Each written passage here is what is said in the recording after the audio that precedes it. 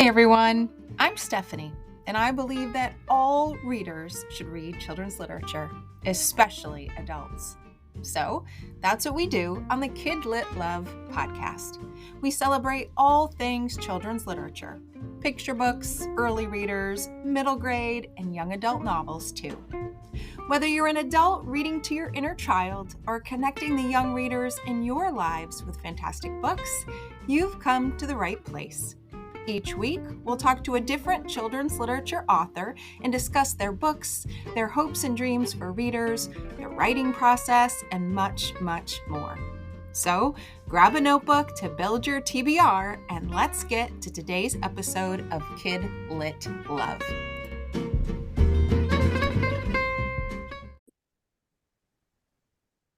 Hey everyone, welcome back to the Kid Lit Love podcast. I'm Stephanie, your Kid Lit loving host, inviting you into another conversation with a children's literature author. Today, I'm thrilled to welcome Stephen Briseño to the podcast. He has written one of my favorite books, The Notebook Keeper, a story of kindness from the border. He's also written Queen of Leaves, a nonfiction picture book biography, and a nonfiction book for adults and teachers called Text Structures from Picture Books with his wife, Kayla. Stephen, welcome to the Kid Lit Love podcast. I'm so excited to talk with you today. Thank you so much for having me. It's an honor to be here. Well, the honor is all mine. As you know, because I've made sure I've tagged you in places where I talk about the Notebook Keeper. It was such a powerful, personally powerful book for me. I think probably in some unexpected ways or very different ways than some people might expect, but it just went straight to my heart. And I felt this instant kinship to the book and this instant connection to you just for telling the story and really getting the power that I saw in it. So I'm grateful. I'm so grateful that you're here today. Thank you. It means a lot. So let's start with you. I did a little sneak peek on your website, and I've decided that we are kindred spirits even more because on there you said you enjoy life, you write, you read, and you drink a ton of coffee with your wife and daughter, and those are my favorite vices. Writing, reading, and a ton of coffee. So Awesome. Why don't you start by telling us about you and your journey and why you write? Yeah, so I am originally from Fort Worth, Texas, raised in a Mexican-American household, and as a little kid, my mom, as a little, 2 years old, 3 years old, my mom would often find me reading the dictionary in my room. And I didn't know how to read yet, but I would be holding the dictionary, and that's my earliest memories of books and reading. And I've just always loved stories, like a well-told story since I was a little kid. And um, I was a voracious reader as a child, and when I got to college, I decided I was going to be an English teacher. It was my favorite class in high school, and I had an amazing teacher. And in that process of becoming a teacher and being in public education, um, the idea of helping kids become readers themselves and the need for it now in our current world to develop critical thinkers and critical readers and voracious readers. It's become like a life mission almost, to help develop kids in that way. And it wasn't until I had a student, I was doing a poetry assignment, and this one student wasn't too happy about it. And they asked me, well, what are you going to write about, Mr. Briseño? And just that one little question sparked a lot. And I was like, okay, I'm going to learn how to write poetry. I'm giving it out. I should know how to do it myself. And that's just like one thing led to another. I began writing poetry and reading poetry books. And my daughter at the time was probably 4 or 5, and we were reading picture books to her, and just kind of one thing bled into the other of me learning about poetry and writing and how to write picture books. And it's been going ever since. That was like 6 years ago. So it's just been nothing but writing this whole time. So Wow. writing books. So we really are kindred spirits then, because we are both educators. We both Yeah. are in it for the power of sharing reading and writing with kids. And it's so funny because I've loved to read. I have been a voracious reader for as long as I can remember. And like you, I had a moment in the classroom early on where I was telling the kids how important it was to read and how we should all read, 15 to 20 minutes at night. And I had this one little boy looked at me and he raised his hand and he said, "Mrs. A, do you read 15 to 20 minutes at night too?" And I remember like with that deer in the headlights, like, oh my gosh, I love to read, but do I walk the walk? That Yeah. I'm saying to students. And ever since that moment, I can still see his little face, his little first grade face. And he Oh, set me on a path that was not just loving to read, but it was just all in. Right. And yeah. I love that a student sparked that for you. What a story. Yeah. I'll never forget Wow. him. Wow. Yeah. Because normally, kids talk about the teachers that had an impact in their lives. And as teachers, we know we can not even count probably the numbers of kids that have impacted us. And that is just one. That's so true. Oh, So true. I love that. I Yeah. love it. So the Notebook Keeper. Let's dive into talking about that. It was out in 2022. Hmm. And I read it fairly soon, I think after it first came out. And from my perspective as a reader who loved it, I felt like it was a book about so many things and that so many different readers could have a different entry point to the book Hmm. depending on their perspective. It's definitely about the power of notebooks, the power of the written word, the power of names, but then also the power of connection and kindness and community. And then literally how those things can change a life. It's Hmm. just got so much wrapped into it. And so I would love for you to tell listeners in your own words what the book was about. I'm gushing over it, but I want you to tell them what it's actually about, and then we can talk about it. So the Notebook Keeper is um a fictitious story, but based upon actual real events that happened at one border checkpoint in particular, the San Isidro border checkpoint in Tijuana, Mexico, leading into California. So in this story, a little girl named Noemi and her mom have decided to flee their home in Mexico and because things are not safe anymore.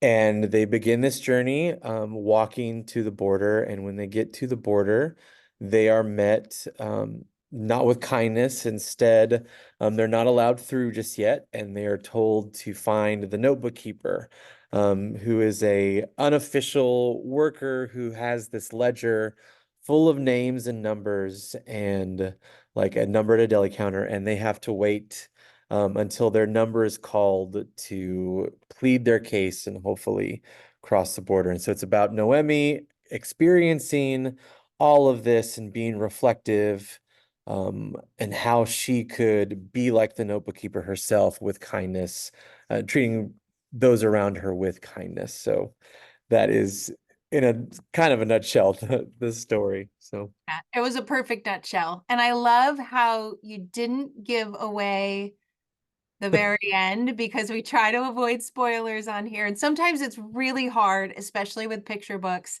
yes. There is something at the end that just makes you, want to hold the book close and kind of keeps it going. So I'm glad you didn't reveal that, but revealed Yeah. the whole full circle nature of the book. Now, for me, when I read it, obviously there are so many things that readers could connect to, but what instantly appealed to me was the notebook, like the literal power Yeah. that the notebook held. And for me, notebooks have always held personal power, and they have helped me through some really rough times. But reading about the power of the notebook in a different way, like to literally be the gatekeeper of Hmm. what your life could turn out like, of Yeah. what the next step is for you.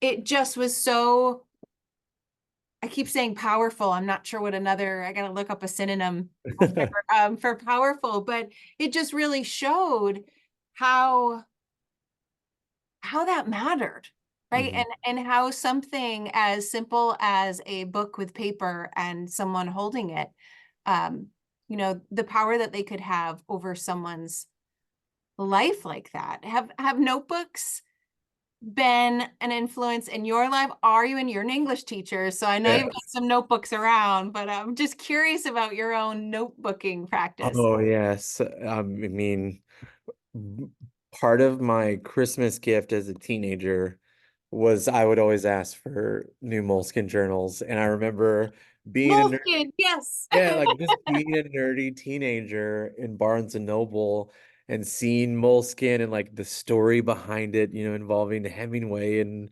all the artists in France. And it just like it sparked my imagination even more. So I have always had notebooks. As a teacher, notebooks are a huge part of my classroom. Like every kid gets two notebooks from me, and we staple like the covers together. So that's like one giant notebook and they decorate it. And I every school year I do it with them. I have a notebook with for every school year, and it becomes like my de facto journal. Like it's just always on me. It's always like at school, not at school. Every time I ask my students to write, I'm writing with them. So I love a good notebook and just something about them. It's possibility. Like I've heard it once. I forgot. I think Paul McCartney said something like when you look at a piano, it's literally all of music there, like right there, like all of music's at your fingertips. And I think the same thing is true with the notebook. Like every story is there. It just needs to be told. And it's just a world of potential. So Yes. Yes. And for us, those stories can be personal. They offer these really great reflections. If you have a new notebook every year, actually, in my notebook, I have a little sticky note on some of them that say, read at your own risk, because this is mom's private, these are mom's private thoughts. But the stories, that end up on the page it's the story of us. It's the story of what we're willing to put there. And in the book, the notebook is literally a story of life. All of Mhm. these lives, these families, these stories. Admittedly, when I read it, outside of the personal connection I had to the power of the notebook, I thought, wait a minute, people's lives and Mhm. futures are determined from a simple notebook that a kind volunteer is is holding. It really opened my own eyes in ways to what was happening Mhm. there as well, which I imagine is, part of your, maybe your intention, your mission. But, picture books are to be enjoyed and they're to be savored, but they're also to open up our eyes, right, to lessons that we're supposed to learn. And I'm wondering kind of the reception that you've gotten, or what readers have reached out to you of, does it, are you hopeful that it helps just people think about what's actually happening and what's going on, and in different Yeah. levels, different ways, I guess? Yeah, I mean, I've had such a overwhelming response, and the best is when like the younger the kid, the more insightful their responses are. Recently met with another with a third grade class in upstate New York, actually, a couple of months, like last month, and one of the girls, a third grader, asked one of the most deep questions. Is like, well, do you believe we should have borders? And like those were that was her literal third grade question. So it's just been such an overwhelming response. Being in Texas, the narrative is often framed that the border is this scary, dangerous, awful place. And in Texas, it's just not what I've experienced. I'm Mexican American. I have family that live in Mexico. The border, the Rio Grande Valley here in Texas is is just made of nothing of these towns one after another. And I go down there often to train teachers, and it's just this wonderful, warm, and welcoming place. And so, in telling this story, my goal was, I mean, not only to get people to see like and understand this one particular experience, because this didn't happen anywhere else. It was only at this border checkpoint, but just to get people to focus on the idea of the humanity of what's happening, of the people that are there. They're not these, nameless, faceless things. Like they're real human lives, and young and old and children and grandparents and everywhere in between. And too often we can focus just on the nameless, and it's when we get specific that I think we have a chance to be empathetic, and we a chance to be reflective, and not but we put a face to it all, a human to it all. And so that was my main intention in telling this story. Yeah. Well, you hit the mark for sure, because one of the things I love about picture books, especially books like yours that just kind of reach out and grab me, is I find that when I read, it gives me an opportunity to see, right? To see something different outside of my own reality, outside of my own experience. But then it also acts as this spark to learn more, to actually find out, what is it like? What is going on? How can I help? And I don't know if I didn't have the experience of just knowing about certain things and hearing the stories from books, if that would happen. So I really feel when you said, being empathetic, that's the power of just knowing those stories and knowing those faces and just being aware of them. And like you said, perhaps getting a different perspective of what you think Hmm. might be going on. Yeah, for sure. Books are magic. They're They are. They really are. I know, I know. And you've written another one since then.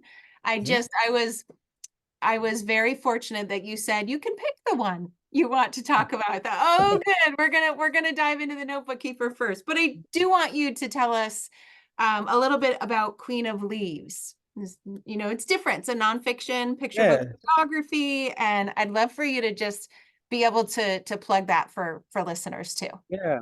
So the other book's called Queen of Leaves, a story of the story of botanist Inez Mejia, and it tells the true story of botanist Inez Mejia. She was a Mexican American uh, business owner, and her father was the Mexican consulate in like turn of the century. Her mother was from Philadelphia, just a socialite, and she had a very, I don't want to say rough, but a very isolated, lonely childhood that informed her as an adult. And as an adult, she had a mental crisis, and she left Mexico and went to San Francisco in like the 19 teens around there, and rediscovered a love of nature. And she decided to enroll in school.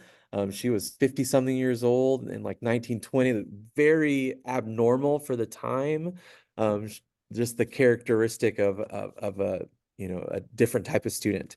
Um, and she fell in love with botany and plants and the study of it. And so she was invited to go on this one expedition to Mexico, but because she knew Spanish, of like looking for new plant samples. And that just sparked her. And she was like an Indiana Jones going up and down North and South America multiple times a year. She'd helped discover like over 100,000 different types of plants, a whole new genus of flowers. Like several are named after her. Like she was just this incredible woman that just totally defied the cultural norms of the time, that, a woman should have a family and, like be a part of a social club, and, like, but she was doing everything but. So, a huge, just, I admire her so much. And so the story, it tells her story, but it also tells at the same time the story of the wax palm tree, which is Very much like Inez, it's very abnormal. It's a palm tree that only grows in the Andes Mountains, and she had kind of heard whispers of it, and so she set out to find it. And so it's you learn about the wax palm while you're learning about Inez and who she was. So Which I love because those are two things that I did not know about before this yeah, book. And every time I read about someone, usually from a picture book biography, I think, why doesn't everybody know about this amazing person? yeah. So Yeah. I found out about her through a Google Doodle, like like when you go to Google and it's the and I just went one day, like that day it was her birthday, I'm guessing, and I was like, who is this person? And just naturally I clicked on it and read a little bit and I was like, Wow. he's really like the same thing. I've never heard of her. So my first instinct was to Google whether or not there was a picture book about her, and there wasn't. And so it was a labor of love. Like my editor and I, we went through like I don't know how many drafts, 35, 40 drafts, like Wow. get it as tight as possible. So it's I love it. It's she's a fantastic, amazing human being. Oh, So and to just think, just by chance, that quick little yeah. Google spark right there, and then led to that. I love that. Mhm. I love that. You've got some neat origin stories of what launched Yeah. you into some writing. I love it.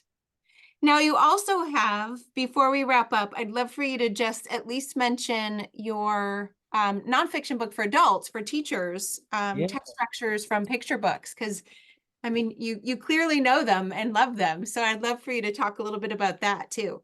Yeah, so I have my wife and I wrote a book together called Text Structures from Picture Books, and the subtitle's long, but I think it's important.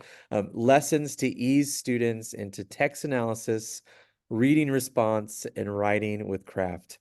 And I didn't memorize that. I had to look it up on the website just now. But we a few summers ago, I think my first The Notebook Keeper had come out, and we work for a teacher educator here in San Antonio named Gretchen Burnaby. She's amazing, and she's also written a ton of books. And so we took like her basic ideas on writing, and we're like, well, what if we applied them to picture books? So um, it has 50 different lessons for 50 different picture books, and not just doing like a read aloud, but how to leverage them for analyzing for theme or big ideas, how to use them to write reading response paragraphs, or how to add craft into your own writing, like to look at what authors have done. We've gone through all 50 of these picture books, and we've looked for specific craft that they've done. We've named them and labeled them. There's student samples of everything. Like for every book, there's student samples from kindergarten through eighth grade, just about. And it is a thick book. It's a heavy book. It's a labor of love. But and the best part about it is we tried to make it as practical as possible. There's not a lot of theory or fluff. Like if you want to do a lesson on the Notebook Keeper, there's a lesson for it with what to do exactly step by step based upon your student needs or what you're trying to aim for, whether it's analysis or learning writer's craft or what. Speaking of, that's my wife. Uh, so just whatever your students may need, and I apologize. That's okay. She knows we're talking about her. Exactly. So yeah, and funny enough, she's working on a sequel for a uh nonfiction picture book. So it's another set of 50, and that'll come out next year. So yeah. That sounds lovely. The opportunity doesn't go away once kids get older, right? Picture books are not just for the little ones. We can use them to Yeah. teach so many things. And it sounds like a book that if you are a picture book writer or a want to be picture book writer, that this could be a really good way to dig into that too. Yes, so speaking of, so I was working on a picture book draft that hopefully will become a picture book sooner than later. But I was stuck, and I decided like, well, I'm going to look at like we had just finished the manuscript for this book, for that book, and it's like I'm gonna look through the craft lessons because we had them all alphabetized, and I was like, oh, okay, oh, I need to add this and I need to add this, and so Yeah. depending upon where you're at, like it's a very helpful resource. So Oh, good. Well, I'll make sure to put links to all of the books, including that one, in the show notes. But before you go, can you give us a sneak peek of anything that you're working on or anything that might be coming next? yeah, so my next picture book is comes out this October. It's the same publisher as The Notebook Keeper, different illustrator, but same publisher. It's called Tamales for Christmas, and I've said before, I'm Mexican American, so it tells the story, the true story, of the season when my grandmother made 1,000 dozen tamales in her tiny little kitchen in Fort Worth, Texas, to raise money for all of us grandkids. I'm one of 27 grandkids, My so goodness. it tells her story of the season that she made all of them and to raise Christmas money. So it is all my stories are personal, but this is the most personal. I am so proud of it. I just can't wait for it to get into readers' hands. So that comes out in October. Oh, Tamale. it sounds like I'm gonna love it just as much as I did the Notebook Keeper. I love that. So October. Okay, I'm marking it down to keep my eyes open for that one. Yeah. Where can listeners and future readers find more about you? Maybe a website, social media, where could they reach out? Yeah, I am at stephenbriseño.com. I have my poetry and links to all my books there, including the text structures book. Um, and I'm on Instagram at Stephen_Briseño_writes. I also have a Twitter, but I'm not as invested in that anymore. So it's mainly Instagram. So either of those places you can find me. Okay. Well, I'll be sure to put links to those alongside Awesome. of the links to the books in the show notes so that readers can find you, they can find your books, and they can follow along Yeah. as you keep writing, which is exciting. Ah, thank you so much for Well, taking the thank time to chat with me today. I'm so grateful. I loved the book, and I was just thrilled when you said yes. So it's Oh, it's thank it's made you. my day. So it means so much to me. I really appreciate it. Thank you. And listeners, thank you so much for listening. And I'll see you inside the next episode of the Kidlit Love podcast.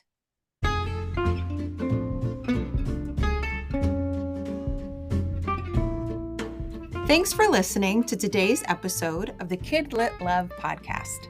You'll find links to all the books, resources, and ideas mentioned in the show notes at alitlife.com. And if you want more, you might like to listen to my other podcast called Get Literate. It's a podcast that explores all things books and reading, notebooks and writing, and everything in between to build a life you love. One more thing. If you love what you listened to today, please take a moment to rate and review the podcast or take a screenshot of the episode and text it to a bookish friend. This helps the podcast grow and builds our bookish community of kid lit love. Thanks for listening.